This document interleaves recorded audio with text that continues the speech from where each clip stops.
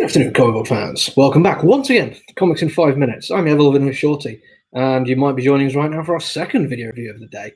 Because we had a late delivery this week, long story, I'm basically trying to get through as much as I can in the limited amount of time I've got before I finish for the week.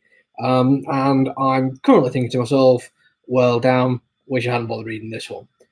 Which is a shame, because it's got a lot of promise. It is, people just joining us, Space Pirate Captain Harlock. Not the original by any stretch of the imagination. This is a Blaze, who have picked up the rights to it, I presume, and are doing their own version. And I've been aware of this story for some time. It's always kind of existed on the periphery of my cultural knowledge, like a lot of manga and anime does, really. I've not been a huge fan of it myself. I tend to, I'm aware of things that have, huge popularity. I knew what Attack on Titan was without ever watching an episode of it. I've seen a few of the movies. I like the cyberpunk kind of stuff. But other than that, really, it's never been something I've really grasped onto. But Space Pirate Captain Harlock, who doesn't like space pirates? I mean, of course I'm going to be aware of it. But because it's a manga-stroke anime, it's never been something I've cared enough about to go check it out. But Ablaze have done something. And Ablaze have been pretty cool. They've done some stuff I've been enjoying, even stuff which I've not necessarily kept up with. I'm still glad it's out there. Like the Sumerian things, reproducing Bobby Howard's things is really quite cool. And the Gung Ho stuff has been a lot of fun. Really nice, clean art style to it that I really enjoy.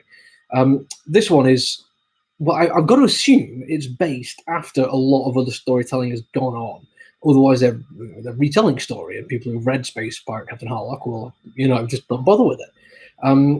The other reason I'm assuming that is there's several pages at the beginning of just the exposition. And when I say pages, I mean packed, busy pages. Thankfully, one of the double-page spreads is glorious. And it gave me, as well as the actual general concept, it gave me really high hope. I'm going to show you this. But this page it invites you to spend a little bit longer figuring out exactly what's going on, or where these things are taking place, and who they are, and how it's all interconnected. Genuinely cool splash page. And it's kind of split into sections, but not really panels, so yeah, splash page is appropriate. And it is beautiful, and they use computer coloring really effectively, and there's really nice line work, the shading's immaculate. It is an amazing piece of artwork. But it really didn't take long after that for me to suddenly go, And it's a certain anime manga. So I'm using the two words interchangeably. I know which one's which, but I think the artwork kind of thing the same. I'm just going to say manga from here on out. And it's a kind of really overly stylized thing that they do. And it's basically this bunch of really overdone, really kind of almost inhuman looking caricatures, which I do see quite often. I know I'm aware of the chibi thing, where it's like that pared down cutie version of a character. I mean, just being fan of comic books, it's become a ubiquitous thing. Like Marvel and DC, well, specifically Marvel, I remember, have released merch with this kind of thing on. But those aren't like a one-shot alternate viewpoint of those characters as you go through reading the rest of the comic book. That's just how people look. There is main characters with dialogue, well, more than a couple of lines, shall we say, who are far more realistically, humanly drawn. And they do look good for what they're doing. I mean, I have some issues with some female representation of being exceptionally skinny, but I can at least appreciate the artistry of it, of fitting with their style. But that kind of really almost grotesque character design pulls me really quite out of the otherwise exceptionally slick comic book.